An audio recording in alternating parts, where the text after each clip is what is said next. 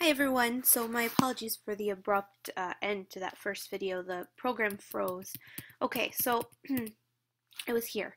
Um, there are, uh, in the North, free blacks are going to start creating their own institutions. And when I say institution, I'm referring to things like schools, churches, volunteer organizations. And the reason is because they're tired of being discriminated against in white organizations. So to answer the question why, you can just write to avoid white discrimination. Um, they don't want to go to church with whites and have to be, sitting in a different spot and hear the white pastor give a sermon and that might talk about, I don't know, terrible slaves or so on and so forth. So they're really going to start creating these black institutions, and those institutions are going to provide a lot of support and encouragement for blacks. Particularly the churches. The AME, the African Methodist Episcopal Church, is going to be created in the 18 teens. I think I had it on your module guide, but I took it off. And it's just a way for free blacks to connect with each other and have a space for them to, to worship or express, learn or whatever the institution is without discrimination from whites. Finally, there's one other thing I wanted to talk about here, since so many of you are writing on the George Hughes essay, and that is social stratification. It changes as a result of the revolution, and your book actually does a pretty good job, your Boyer textbook, of explaining the differences here.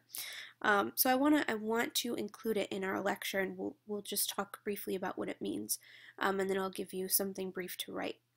So basically what this says is, previously people looked around themselves and saw other people in their community as either above them or below them. So there's these vertical allegiances. So when you're walking down the street, you see people who are either your betters and you have to defer to them, maybe tip your hat or something, or they're not as good as you. So you expect them to call you, Mr.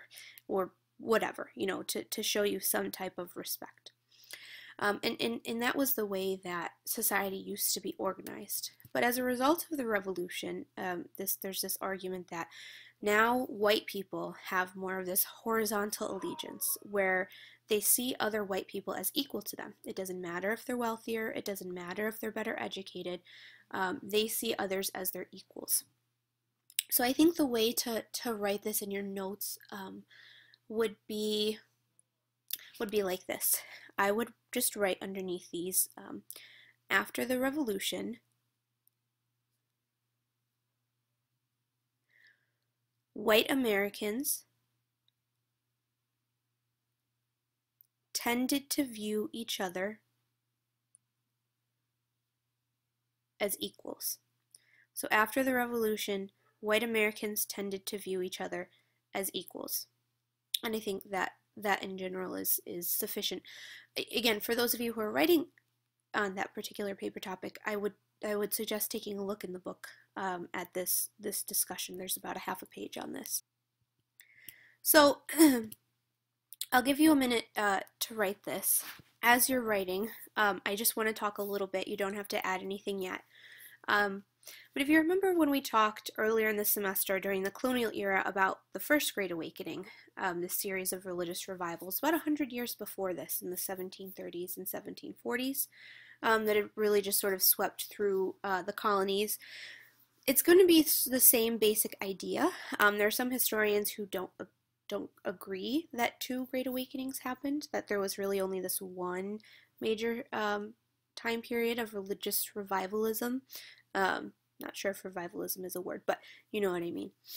But for the purposes of our class, we're going to refer to this wave of religious revivals as the Second Great Awakening. It happens really throughout the nation in the 1820s and 1830s, and there are going to be burned over districts. And the definition of burned over districts are areas in the U.S. So areas in the U.S.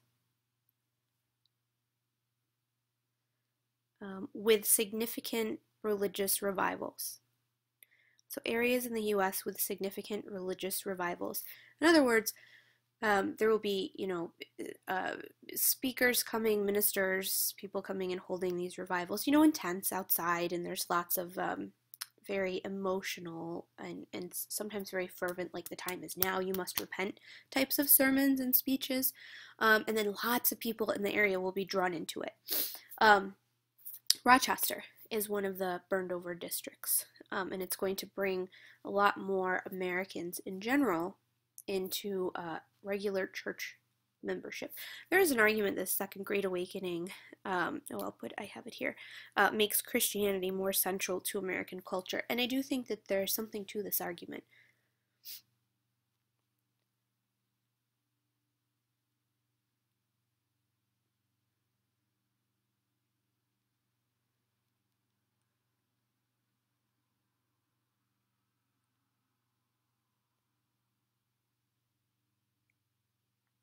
Okay, now one of the reasons that I mention this, even though I don't talk about it very much, is because for a lot of Americans who are going to participate in reforms or advocate for certain reforms during the antebellum era, they're going to be coming from a position of believing that their religion says they should go out and help people, if that makes sense.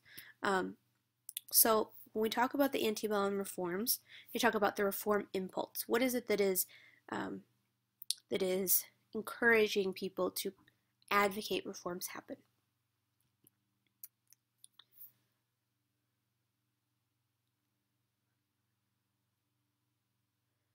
Now, for the most part, the Americans who are going to work towards reforms, who are going to participate in reform movements, are going to be members of the upper middle class.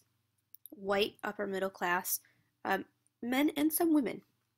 So women who are really intended to be focusing their energies on the home are going to be excused from participating in the public sphere, if that makes sense, if what they are doing is working on a reform movement.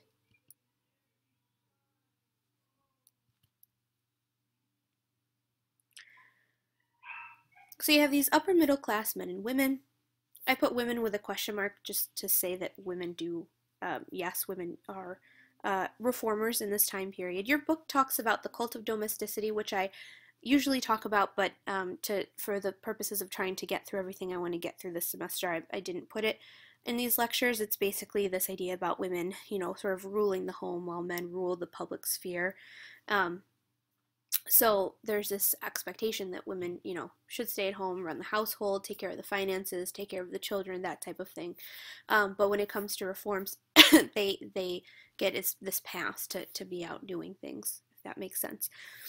So as I was saying, with the Second Great Awakening, this reform impulse is based on, for many people, their belief about their Christian obligations.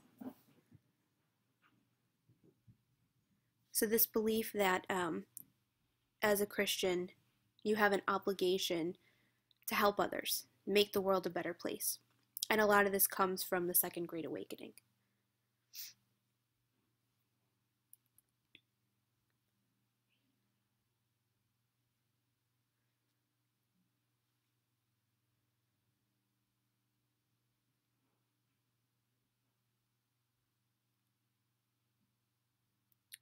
Now, most reformers are going to view these issues as moral.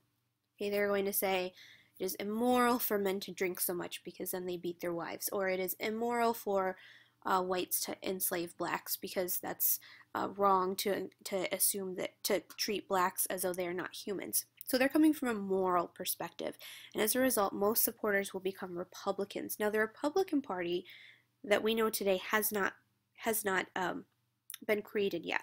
We're going to talk about it being created in the years leading up to the Civil War. Something that I think is interesting, the Republican and Democratic parties in a lot of ways will evolve and change over time between, the late antebellum era up until today. But there is this one thread that you can sort of see similar in the Republican Party, even though it changes quite substantially. And the one thread is that the Republicans tend to view moral issues as political. So they believe that you can use politics and you can use legislation to regulate moral behavior. Whereas on the other side, Democrats, you don't have to write this, but just to sort of give you something to think about as we talk about these parties, and you might think, wow, seems very different from what we know today.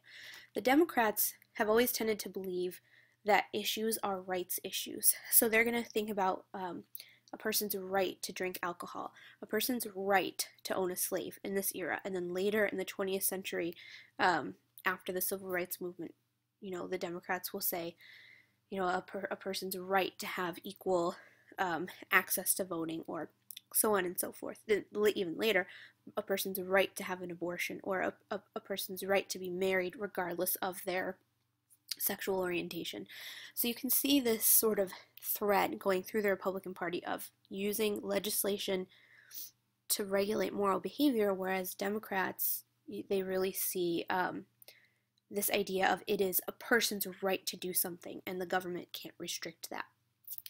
Okay, so I would highlight here that reformers tend to view issues as moral, and most will become Republicans. Now I have here a list of the antebellum reforms that happened in this time period. We will not be talking about all of them. The main ones we will be discussing are the temperance movement, the abolitionist movement, and the women's rights movement. If you want, I can briefly discuss in class the public school reform, the utopian societies, and the asylum and prison reform. I don't know as much about those as I do about the other ones, not because I don't find that they're important, but just because the other ones are going to have such a large effect on politics and society in this time period that it really is what I focus on. If we had more time, if our class was a year long, then of course I would talk about them.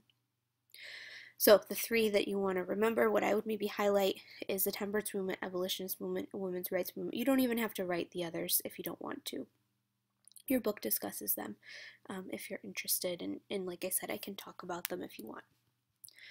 So let's start with the temperance movement. The temperance movement is against alcohol. So temperance refers to the consumption of alcohol.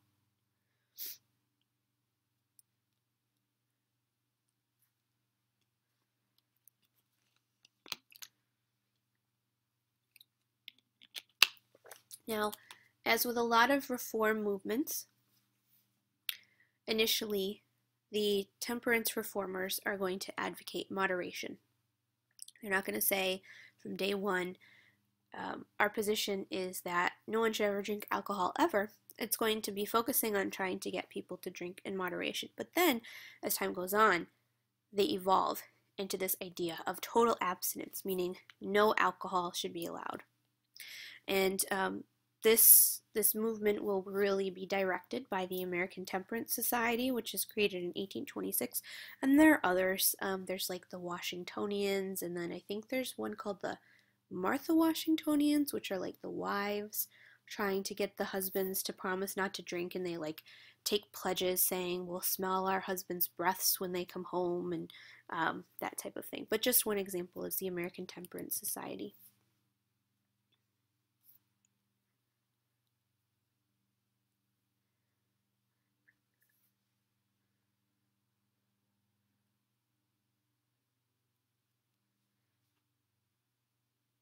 Now, this movement is often aimed at the poor, especially factory workers.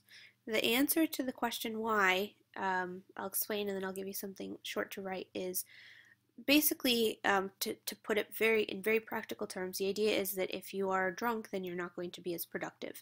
And, it's not that people are necessarily worried about their workers getting hurt and having to, pay workers' comp or whatnot, because that's not a thing, right? You don't have workers' comp. In the early 20th century, the early 1900s, there are factory workers who have to accept the fact that if they get hurt on the job, if their job is dangerous, then that's a risk that they have to take. So it's not that the companies are concerned for, you know, not having lawsuits or something like that, because that we haven't evolved into that yet. So what I would write under Y is just sober workers are more productive.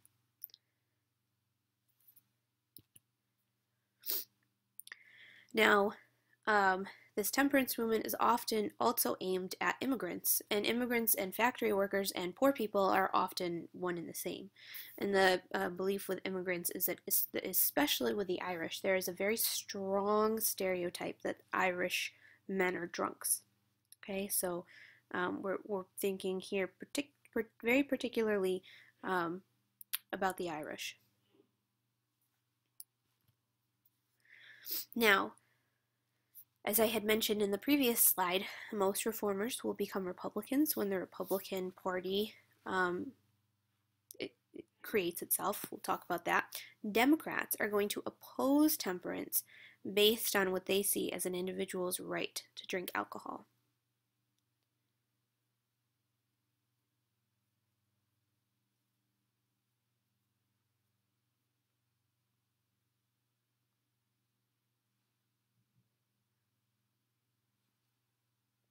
Okay, so let's move on to the abolitionist movement, which is probably the biggest in terms of how much we're going to talk about, and probably also in terms of how it affected American politics in the late antebellum era.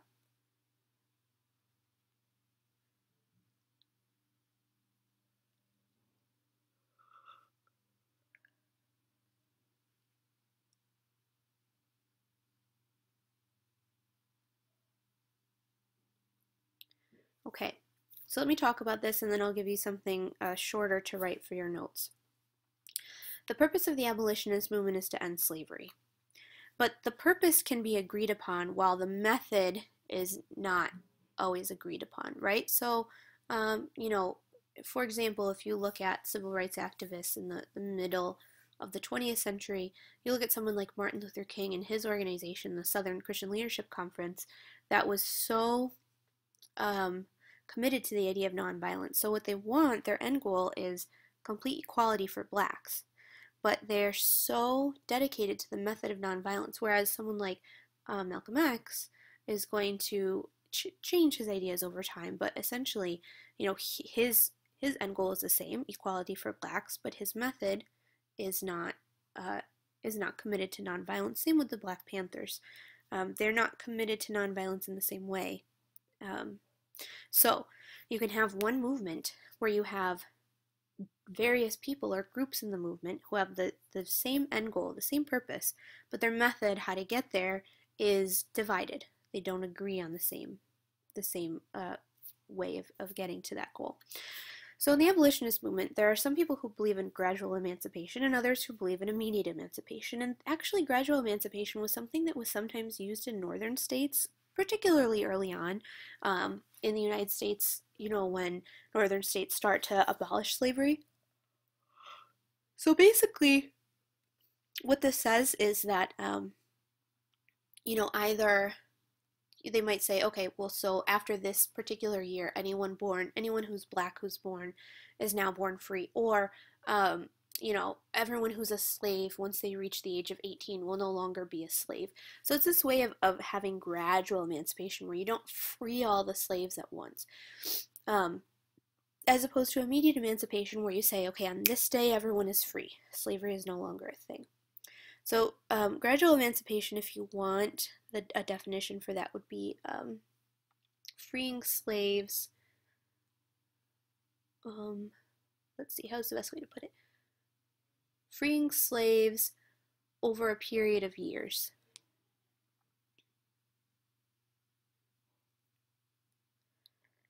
Now, why would this be considered a good thing? Partly because if you think about the economic practicality of emancipation, you might have hundreds or thousands or tens of thousands or hundreds of thousands of slaves in a place, and the idea of suddenly freeing them all is going to have this huge impact on the economy. So the question is, where will they all go? What will they do? Most of them don't have skills.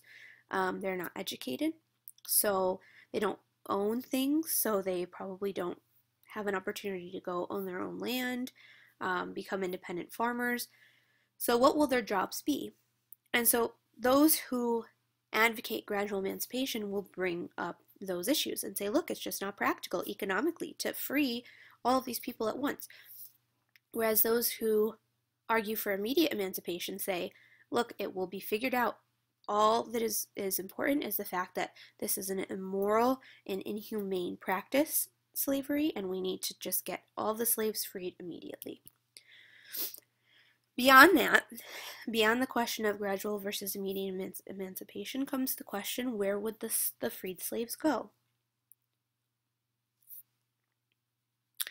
So, not everyone believes that they should be free to stay where they are or go where they want to.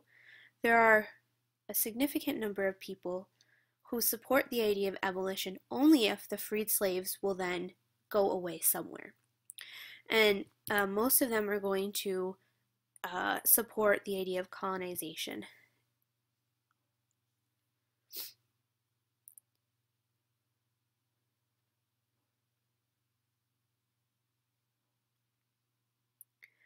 So let me explain the idea to you.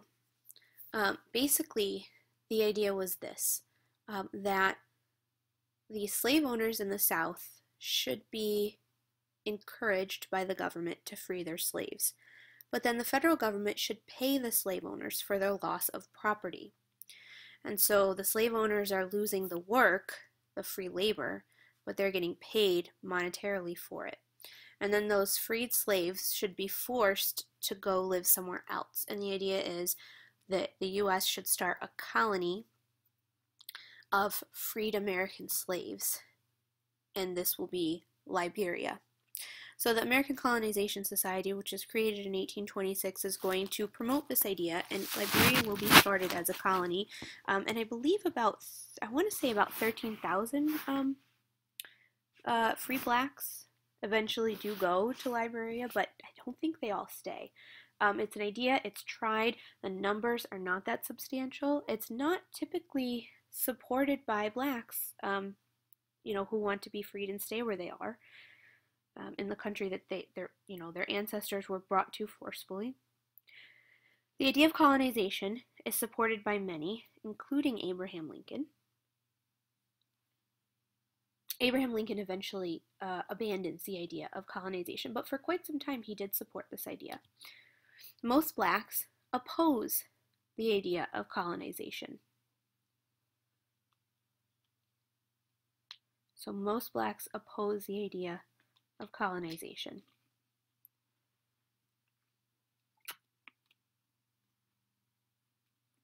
And it's really for the reason that I was saying, that they feel if they're going to get their freedom, why should they now be forced to go colonize somewhere when what they know is here, and they didn't want to come here. Their ancestors were brought here forcefully. So if they're going to get their freedom, they at least want it. Of course, they want their freedom, and then they want to be able to stay where they are.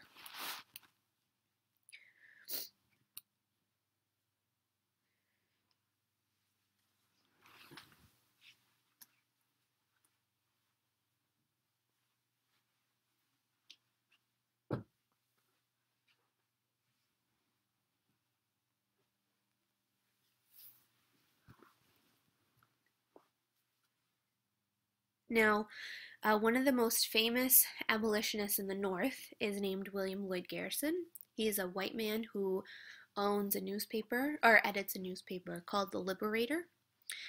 Actually, if you find this topic interesting and you have extra time to read things, which I'm sure is probably very few of you, there's a pretty decent essay on William Lloyd Garrison in the Oates book. And I always want to assign it, but I try to give like a variety of the Oates essays. So I do the first one on Native Americans and the second one on American politics, and the third one is on warfare, the Civil War. But it's a pretty good essay.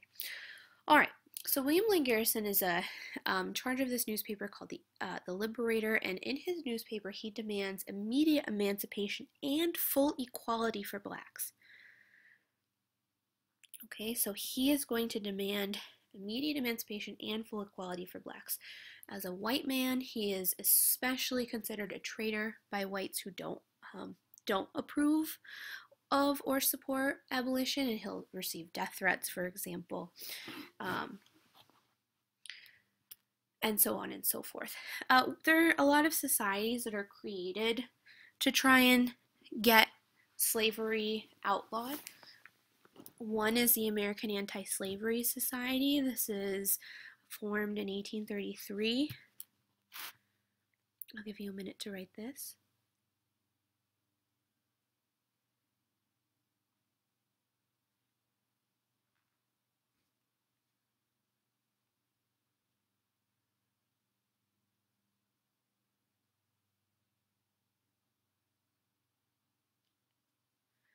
Okay, Northerners who disagreed with abolition. What do they say? Why are they disagreeing with freeing slaves? If it's all the way down in the South, what reasons do they give? Well, first of all, many know that slavery is key to the industrial profits in the North, so that's one of the reasons why they oppose.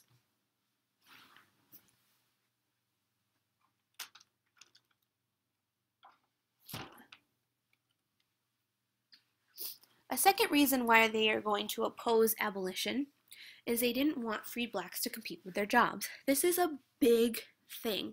I don't think that I can overstress this. We're going to talk about this both with industrial jobs and land. When we come back after Thanksgiving, we'll be talking about land. Whites not wanting to compete with free blacks getting land in the West. So they do not want to compete with blacks for jobs. They also just don't believe that blacks are equal. And those of you who are writing on the paper topic about the race and the images, you'll see a lot of this pictured, portrayed in the images. This just belief that blacks are inherently stupid or that blacks are inherently uncivilized. Oh, I don't know why that's a small g. Well, either way. The South's response. What is the South's response to the abolitionist movement? Oh, that's supposed to say thought, not though. So I would just add a T. So the South is going to think that abolitionists want slave rebellions. They think abolitionists are trying to ignite rebellions among their slaves.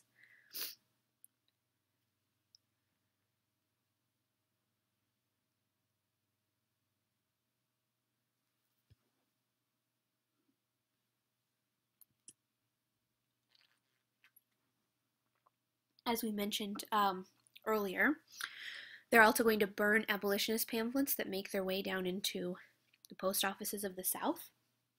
Actually, you don't need to write this, but it's kind of interesting. There's a guy who owns a used clothing shop in Boston, and he's going to send clothes down to the South, and he is going to sew abolitionist pamphlets into the pockets of these pants to try and sneak them into the South to spread information about the abolitionist movement. It's interesting.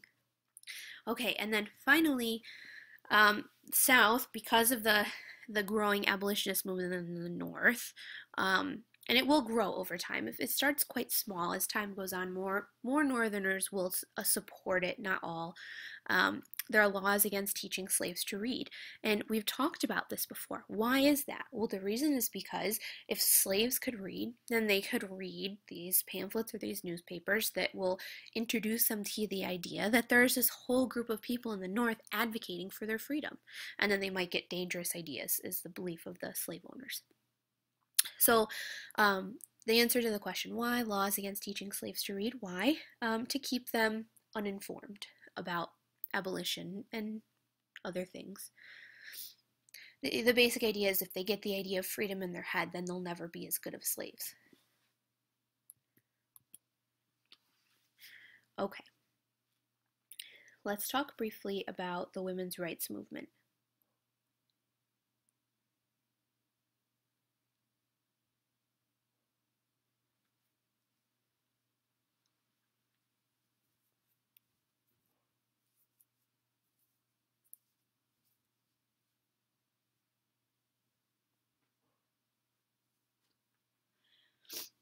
So there are there's this women's rights movement that really starts in the antebellum era.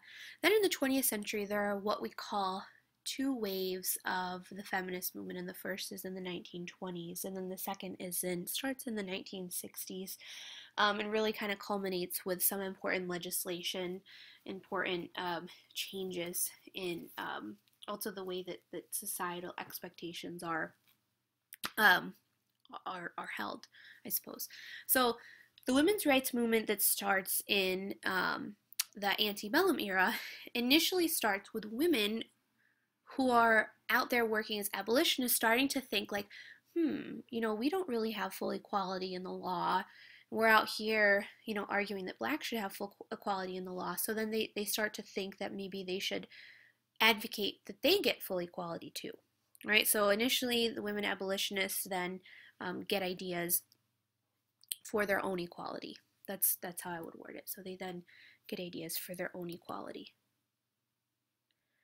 I will say, however, and I don't remember if I have this later on one of your slides or not, but basically there will be some bit of disagreement among women's rights activists and abolitionists, some of them, whereas some abolitionists, particularly freed slaves, will say, we definitely support your idea, women, of having equality, but right now blacks in America are enslaved, and that is very serious, and we need to achieve that goal first, and then we can work for women's rights. And some women's rights activists will say, well, they should, work in conjunction with each other, and so there is a bit of disagreement there. So what do women's rights advocates advocate in this time period? Well, first and foremost is women's suffrage. Suffrage means voting. It does not mean suffering. Okay, so suffrage means the ability to vote.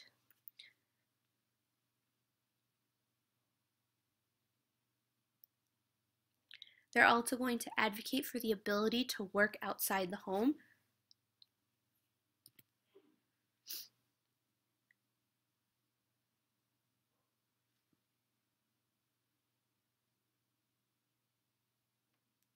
And finally, they're going to advocate for new styles of clothing, just more independence in general, right? They don't want society to have such rigid expectations of them that they can't have their own voice or their own participation in society without a man's approval. The big one is women's suffrage, but the others are not inconsequential. Oh, sorry, I just meant to put up C.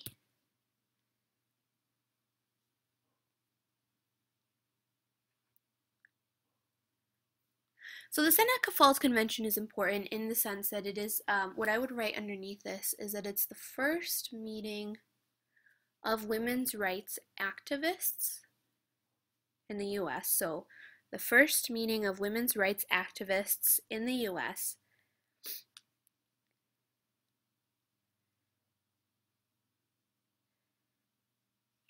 to set goals and discuss methods. Okay, so it's the first meeting of women's rights activists in the U.S. to set goals and discuss methods. Now here's the deal. We don't go past the Civil War in our time period, so we don't see how this plays out in the rest of the century and into the 20th century. By the end of the 1800s, you have two main, you don't have to write this because this goes out beyond the scope of our time period, but basically you're going to have two main women's rights activist groups. One of them is going to advocate state laws changing to allow women to vote. They're going to say we should go state by state by state and slowly get all the states on board with allowing women to vote. The other group is going to advocate for a federal amendment, because a federal amendment, as we've talked about before, a federal law that applied to all the states would supersede state laws. So if you had one federal law that said women can vote, then any state that said women voting is illegal would suddenly have to follow that. And the first method will be effective early on, but actually by the end of the 1800s, you do have a handful of states, particularly in the West, that are allowing women to vote, and then eventually, after World War I, we'll get this federal law allowing women the vote all over the United States. What's interesting is that around this time period, you see similar groups of women's rights activists in other nations.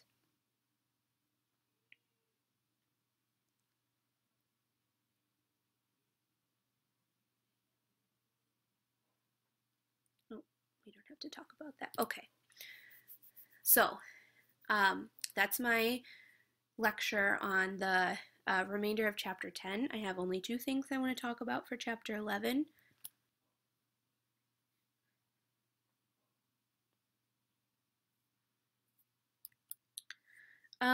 Let me talk about minstrel shows for a minute, and then I'll give you a definition. You might be familiar with this, but basically, the argument is that, and we've talked about this before, that poor whites feel sort of validated in society because they know that they're not the bottom of society. At least they're better than blacks. They're better than slaves. They're better than free blacks. In general, that's how they feel. And so one of the new entertainments that's going to be very common in the antebellum era among particularly poor whites is going to be minstrel shows. And this is where white people get up and dress up in blackface. So basically they paint their faces black, and they're going to get up and do like silly plays and acting out these scenarios where they're essentially just mocking black culture. And there's these sort of stock characters, right? There's like the happy slave, the slave who's so thankful that he's enslaved because his life is so much better because his slave owners are, you know, making him Christian and giving him food and that type of thing. And then, you know, there's the stupid slave and just things like that. Jim Crow, which is what you end up calling legislation that restricts the rights of blacks in the 20th century. And when you talk about Jim Crow legislation, what you're really talking about are laws that, you know, say that blacks and whites can be separated by race as long as they're equal in public accommodation. So transportation or schools, separate but equal is legal, is okay. That's Jim Crow legislation. Laws restricting blacks to vote, saying that they have to pay poll taxes or pass literacy tests, those are Jim Crow laws. And that term comes from one of the stock characters in the minstrel shows. So basically, if you want a definition, I would write white men dress up as blacks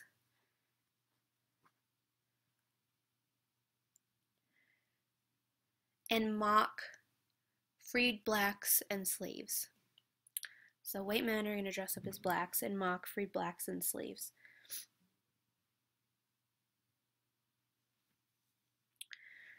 Now, the significance of this is really to reinforce, this is what I would write, to reinforce the poor whites' belief that they're better than blacks.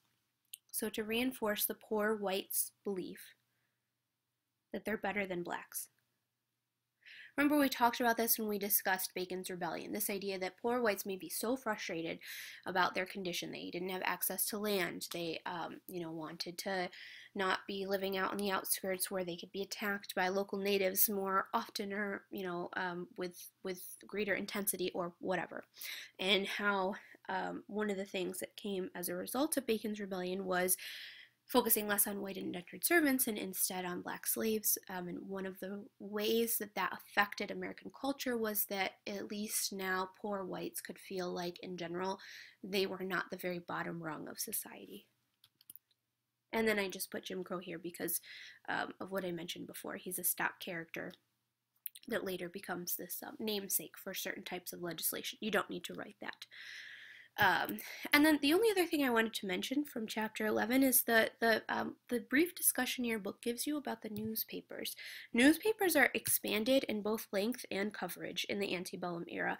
And this is somewhat important because I think, you know, we talked a lot about you don't have to write anything here, I just want to talk about it for a minute.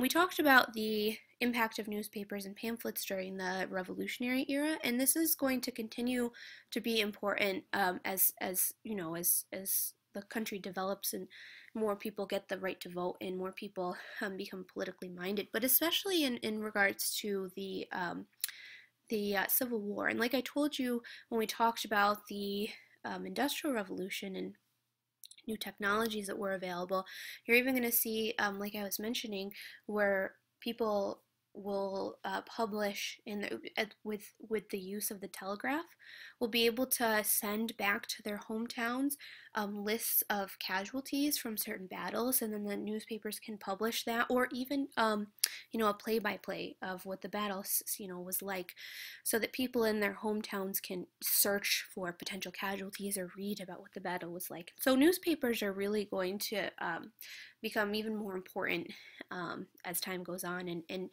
as more news is available more quickly. Okay, that's all I have.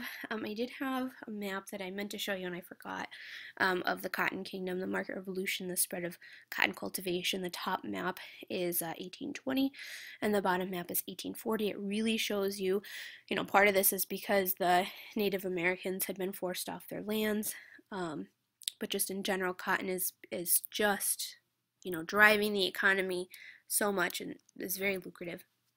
Anyway, this is where we'll end. I checked this morning, and I still do not have access to Outlook, to my NCCC email. I don't know if you do, but please feel free to email me on my personal email if you have questions. It's just Cruz, my last name, CRUZ, Kristin, my first name, KRISTIN, .m, as in Megan, @gmail.com. And I will see you all next week. Have a wonderful Thanksgiving.